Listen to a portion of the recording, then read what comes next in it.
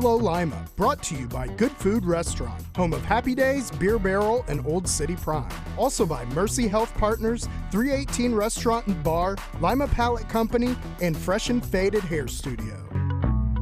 COVID-19 has really abruptly changed the way we look at things, the way we think, the way we socialize all over the world, particularly in Lima, Ohio.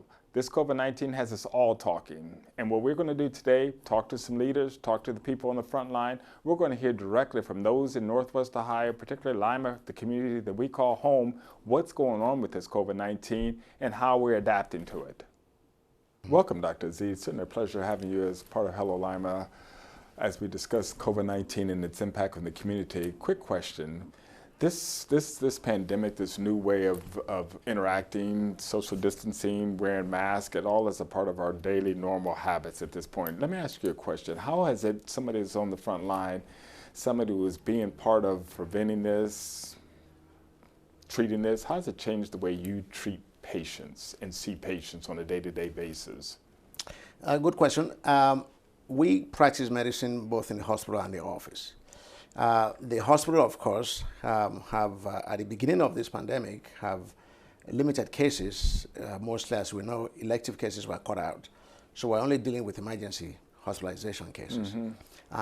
So we're able to see all those patients in the hospital without any issue. Of course, we gown up, put on a mask, etc. As we all know, the PPE is provided to every caregivers. But then at the office, we actually stopped seeing patients completely in the office premises, and we switch all those patients to telemedicine, where we will just see them via our system of electronic medical records, or even just a face-to-face phone. So you're having very little contact in your office. Correct. We actually don't have any contact with the patients. And the patients also like it because they are fearful as to what they can get when they leave their homes, which is more obviously. Well, Lima certainly has been somewhat limited in terms of the number of cases. How has Lima been so fortunate to not be as high in terms of number of patients?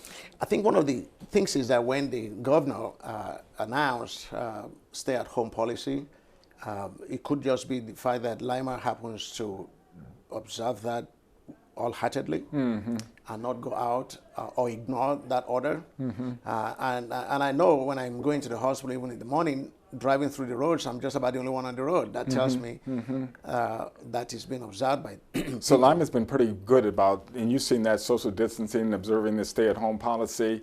Did it surprise you? Did the COVID, as an internal medicine specialist, did the pandemic, i.e. the virus itself, did it surprise you when it hit? Did you see it coming? We didn't see it coming, but I think the science, knowing that where it came from, originally from China, as everybody has known, this is not the first virus we've had in the past, but this, of course, is very virulent, and communication is very, very quick also.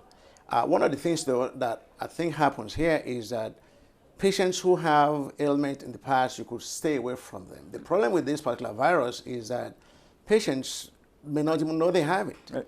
So, and as it mix among people, they're actually transmitting the virus when we call it a vector. So you can become a vector, transmitting the disease and don't even know it, which is why it's crucial to obey those stay-home orders. Then those things will not happen. So that asymptomatic that we hear over and over again is something that is pervasive with this particular virus? Correct. The asymptomatic carrier, or what I call vectors, and they can transmit it to people. And as you know, even in New York, the statistics also found that a lot of the patients that were actually infected were actually at home. So somebody brought it to them. And that somebody obviously didn't do it on purpose. He didn't even know he had it. And they weren't showing the symptoms. They were not showing the symptoms. And they brought it to home. So patients who are vulnerable, patients who have underlying ailment, disease, are more likely to be hit hard with this. And I also describe something I call a viral load. A viral load of an infection is how much of it did you get. So if you get a minor virus, obviously, you may not have as much reaction or outcome as to somebody who has a full-blown virus. So if somebody coughs in your face, then that's pretty heavy, or maybe touching a surface, okay? So that is why it's also very important to put on a mask, actually. People try to ignore that. when you put on a mask, you are not necessarily protecting yourself. You have some protection there, but majority of it is actually not transmitting what you have to somebody else. It's a public health issue. For us, when we go into areas where we know there is an infected patient, we actually use a very different kind of mask, which is N95 mask, with full gowns, PPE, to be sure we don't come in contact with it at all. If you know that they have symptoms When we of do it. have patients that have the symptoms. Well, that is good. That's good information, and certainly been a pleasure talking to you, and we're going to look forward to hearing more as the weeks play out in terms of what internal medicine specialists is doing to prevent this from spreading in the Lima community. Thank you. Randy, thanks for joining us today. It's a pleasure. You have been sort of a matriarch in the community in terms of helping those who need the help the most. And one of the things we want to do is we talk about this, and I know everybody gets sort of, it's tiresome, it's depressing, the COVID-19 and the pandemic and everything that goes with it, but I think it's important, particularly as we talk about how it's impacted Lima, Allen County, to put a face on what people are going through. And there's nobody going through it worse than some families with food insecurities.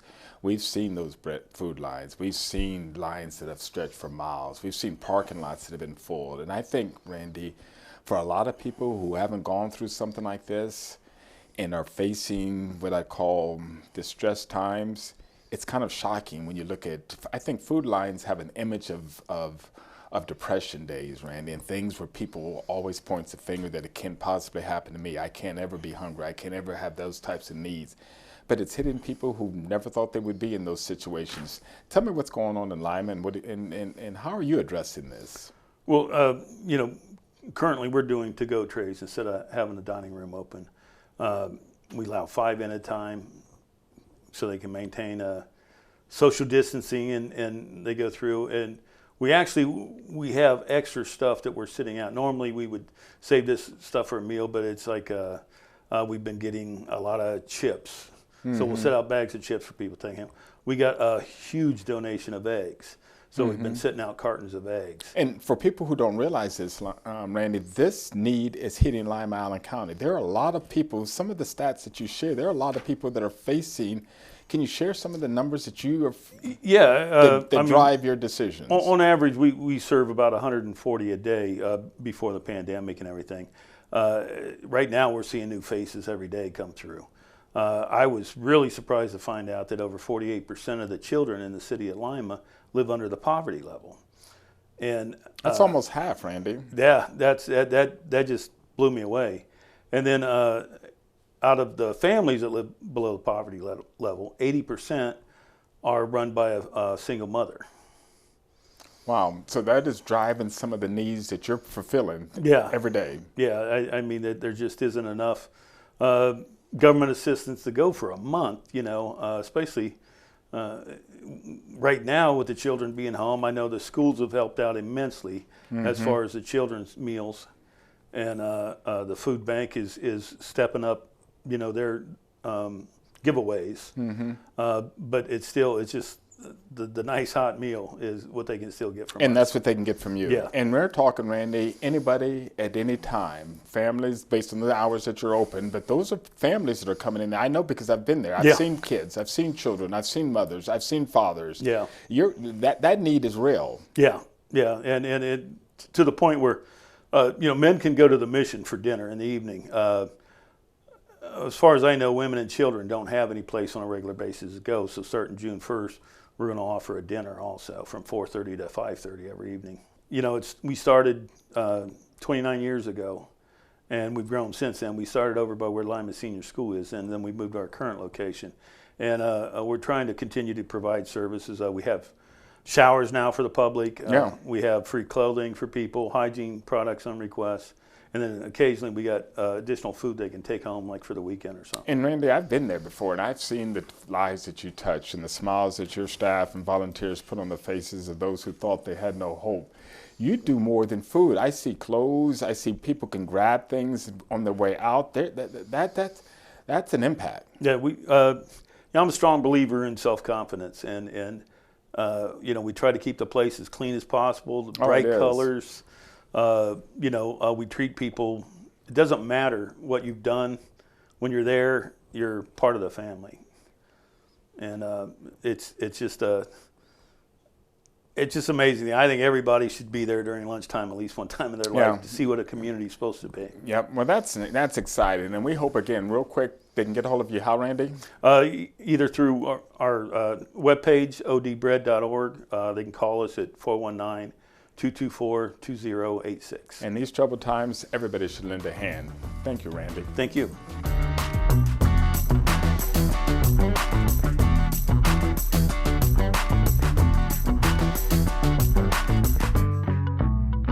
From early in the morning when the Happy Days stores open, turn the grills on, get the coffee turned on. Across town, the beer barrels, there's a lot of prep work that has to be done. Sauces being prepped on the stove. At Old City Prime, everything's from scratch. I think the culture in our company is that we care about our people. And in return, our people care about our customers. Thank you so much to all of our team that's worked for us, and thank you so much to all the communities that we're in for being such great customers. You are the center of a universe. That's what we've learned in 160 years serving our community. Everybody means the world to someone. So when you're in here, or if someday you find yourself in here, and when all you can think about is the world that revolves around you, we'll be a world that revolves around you too. Mercy Health. Healthcare for the universe of you. We at Lima Pallet Company thank you, Lima. In 1977, we started a small family business, and today we continue to grow. Lima Pallet is a full-service pallet and crate provider. Every customer is unique, which is why we build pallets and crates to our customers' specific requirements. Because we have our own fleet of trucks, we're able to provide customers with on-time, same-day, and 24-hour emergency deliveries. Coming together is the beginning, keeping it together is progress, and working together is success. Let's continue to succeed. Senator Huffman, thank you for joining Hello Lima. It's a pleasure to have you. You've certainly been an advocate for reopening the government as well as Northwest Ohio. And I think a lot of people, when you talk to them, they want to get back to work, get back to play, get back to socialization. Can we do it safe? And if we can, why don't we do it? Well, this is obviously interesting times for the state of Ohio and really the whole world, of course. But you know, here in West Central Ohio, the course of this, not only the disease, but of course of the governmental response has been significantly different. And although we've had these statewide mandates, not all of them have affected the state in the same way. And of course, with 105 health districts across the state, and different advice coming from those, different ways of the public getting information, that also has been significantly different.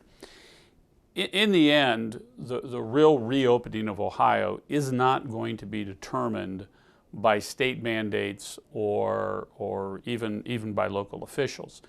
Obviously, it's been greatly affected, and the shutdown orders that have come out of the State Department of Health have been devastating, frankly, to a lot of businesses. There are businesses that will not be coming back. And to be fair, there are always businesses sort of on the verge, either because of retirements or changes in technology, things like that.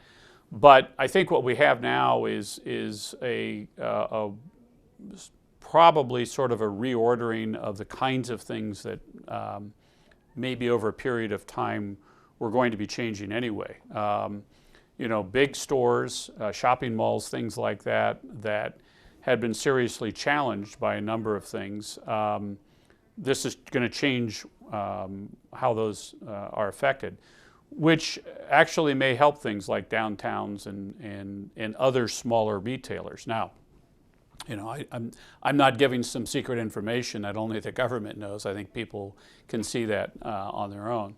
I think similarly, how education goes forward, especially higher education, is going to be significantly changed. Colleges are already doing things differently or planning for differently, or different ways of delivering the educational product. And I think that's part of a 30 or 40-year trend with the effect of student loans that people can't pay back, and as that cost has shot up way in excess of inflation, at some point that was that process was going to break down. You see smaller universities have closed around the United States over the past 10 or 15 years because they simply couldn't keep up with the cost, what they were trying to charge students, and then delivering the product back. So I think there'll be big changes in higher education. You know, as for our businesses here locally, I think it's very important that the entrepreneurial spirit that is one of the things that makes West Central Ohio a great place to live and own a business, that we allow that to show what we really can do in this part of the state. You know, a couple of the counties that I represent, the 12th Senate District, are on a regular basis have the lowest unemployment in the state. I think we can pretty quickly get back to that because of what we represent here in Western Ohio and the things that we're able to do. A lot of great companies. I think it's important that the auto manufacturers continue to make cars and that supply chain stay in place. And of course, you know, we think of small businesses a lot of times as, you know, a mom and pop restaurant, but small businesses also mean a manufacturer of 100 or so folks, 100 or so employees who are making small parts for automobiles or heavy machinery, things like that. And you know, some businesses have been working on this plan for weeks, and those are going to be businesses that are going to be up and running and really moving forward. So I think the sense of optimism that people live with here typically in our part of the state is going to be something that really helps us recover more quickly. And I think that the more the state government and the local government through the public health departments allows that entrepreneurial spirit and kind of the can-do attitude that we have in this part of the state, the more we allow that to ripen and burst forward, it's going to be that much more beneficial. So I'm optimistic, and I hope the people in West Central Ohio stay optimistic also. Welcome. We're certainly glad to have you, Pastor. One of the things that this COVID, this new world that we're living in, and I'm as tired of that saying as anybody, this new world, this new normal. But one of the things that I think, Pastor, that has been somewhat troubling, particularly somebody who's been on the school board and somebody who's been involved with their kids at home, is what are the teens dealing with? And it's really quick for us to point out and say the teens should be a little harder. The things that they're dealing with isn't as important as losing your job. But for these teens, Pastor, it's a big deal to them, and I can kind of sense that they're struggling. You see it on a day-to-day basis. You're working with it. What are some of the things? What are some of the words? Of how are you dealing with this? Well, I think, you know, when you first talked to me about coming up here and talking to you, I thought, you know, probably a counseling or a Cornerstone of Hope might be more beneficial, because a lot of what you see is grief. It's teens grieving what their normal was, what their joys were, that had just seemed to disappear quickly in a few days. Yeah, I mean, even for us, we celebrated my daughter's 16th birthday on Saturday, March 8th, and then by the next Saturday, there was no school for the next week, and we are now homeschooling parents.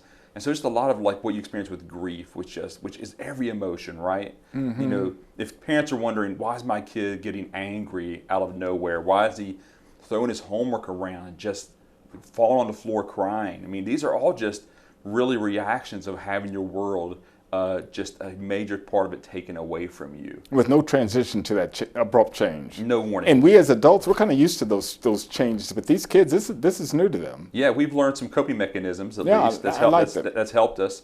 But yeah, I mean, being young and walking through this, you're not really expecting to do those things that early. And keeping with that word though, Pastor, the spiritual side of it, which means the healing and the mental aspect, and we're not trying to tell people whether or not they want to turn to God, but it's helpful to have that calming presence in your child's life. Would you say? I would say so. You know, part of being a pastor means I have a certain theological and spiritual understanding of like how I see relationships work and how the world is supposed to be a place of peace. And what happens when something like this happens, you see these things that we build our life around, like our habits. You know, our habits Structure. Are great indicators of what we love and what we build our life around. And when we have things like sports, my son's a baseball player. Mm-hmm. He loves his baseball team. And when a lot of these things like this start bringing us, we rely on him for our peace. when they're taken away, it's a really, you really see like why Jesus is so important, why he is the place of peace. He's the man of peace. And so, I mean, so as a pastor, you do see like some spiritual, like, you feel like God is like working in new ways, not necessarily causing anything, but necessarily saying, hey, this is a right time for you to understand the peace that I want to give you. And I think that's important. Out of despair comes hope, comes possibility. And I think that's important. And I know you probably do this, Pastor, to make sure teens see that hope. Is that what? Yeah. I mean, that's kind of what we do, right? We're convinced that Jesus is the hope of the world and that he came to bring peace and restore peace. And it's so easy. I mean, even as a parent of 4 kids, it's so easy to build your life around this idea that you have complete control and that your hope is in your next tradition, whether it's prom or whether it's a high school tournament or whether it's a practice for the summer. And when those things are taken away from you, it really helps you realize that maybe the things that you had hope in weren't hope. But that's not an easy transition. That's a very grieving moment. That's a moment of change. It's very impactful to a youth and adults. And that's good information. One of the things you can do to help that is to do what, Pastor? To have that transition to that new hope. Well, I wish there was easy answers for that. I think maybe the easiest, the textbook pastor answer is usually like, bring it to the Lord, and rely on him. As a parent, though, when you're trying to figure out, okay, how do I parent teens? How do I parent my youth who I'm now homeschooling? We've heard a lot of this in the last 8 weeks. And one of the things I think that we can learn from scriptures is to practice things like kindness and grace and patience and self-control. It's what Paul refers to as the fruits of the Spirit. And I remember when this first started, me and my wife were one of those parents where we were hoping to have a schedule. And we learned quick that we need to be a little more graceful with our kids because they were going through some stuff. And that was hard. This was a hard time for them. And we need to kind of lay up a little bit on some things because they need some space to figure out how to navigate this. Well, that certainly has been interesting. And those words I can tell you, you've said some things that I think a lot of people need to hear. And I appreciate that. I think at times we get so caught up in the medical part of this COVID-19. And what I wanted you to do is bring a little bit of a presence in terms of how to help navigate what some of these young people are going through. And I appreciate that, Pastor. Thanks so much for your time.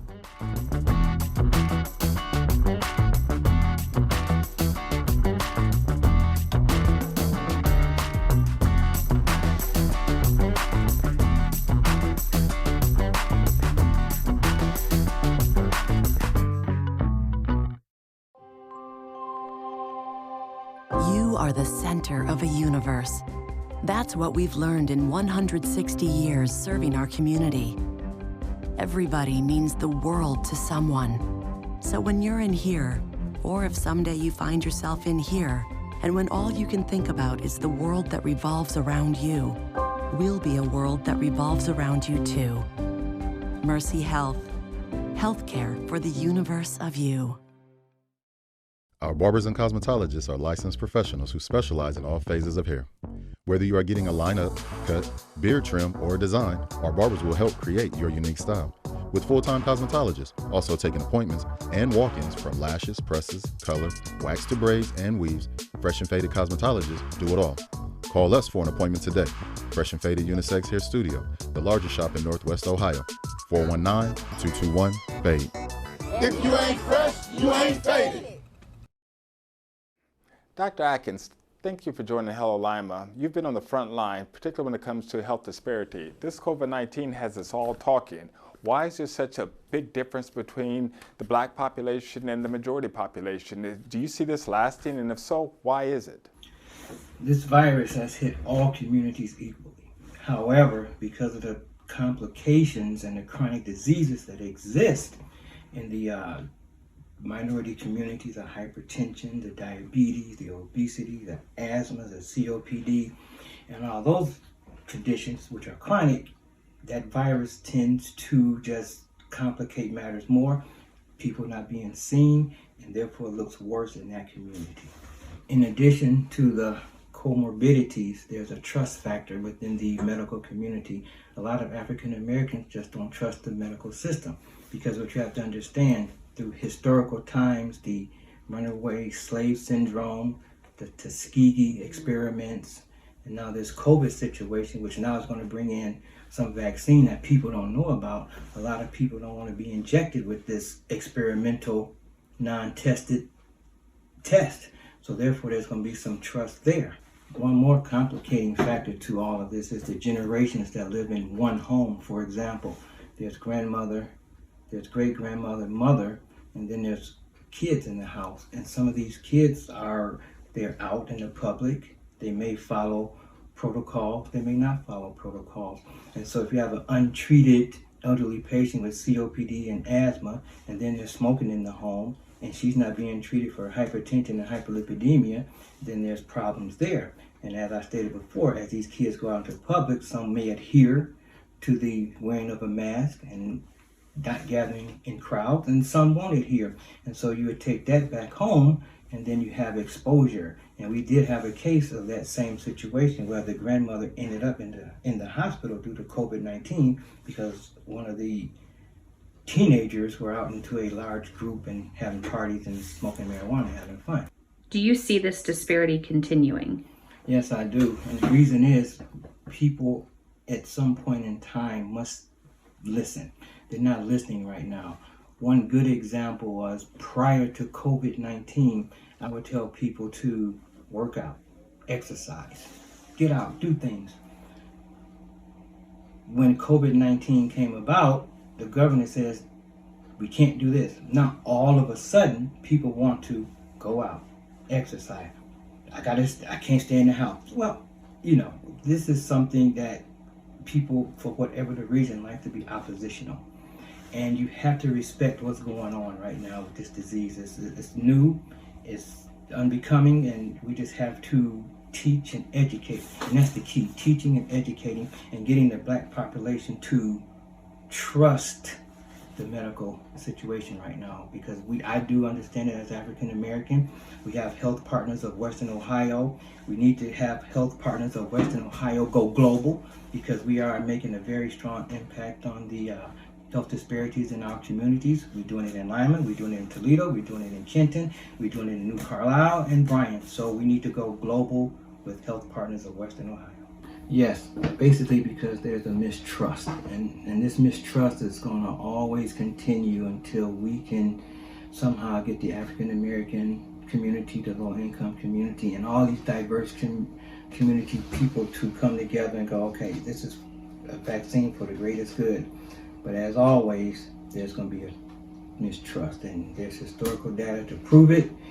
I understand it, and everybody else has to understand it, and hopefully in the medical schools from this day forward, they will teach that diversity issue and how African Americans and other low-income, disparity, Native American type people have this mistrust in the United States medical system.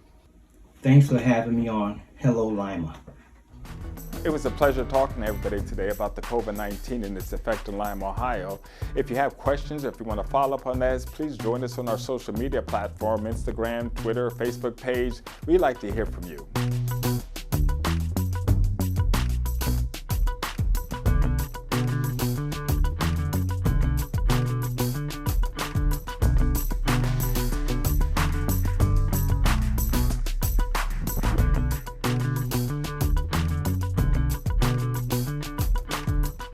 Hello Lima, brought to you by Good Food Restaurant, home of Happy Days, Beer Barrel, and Old City Prime. Also by Mercy Health Partners, 318 Restaurant and Bar, Lima Palette Company, and Fresh and Faded Hair Studio.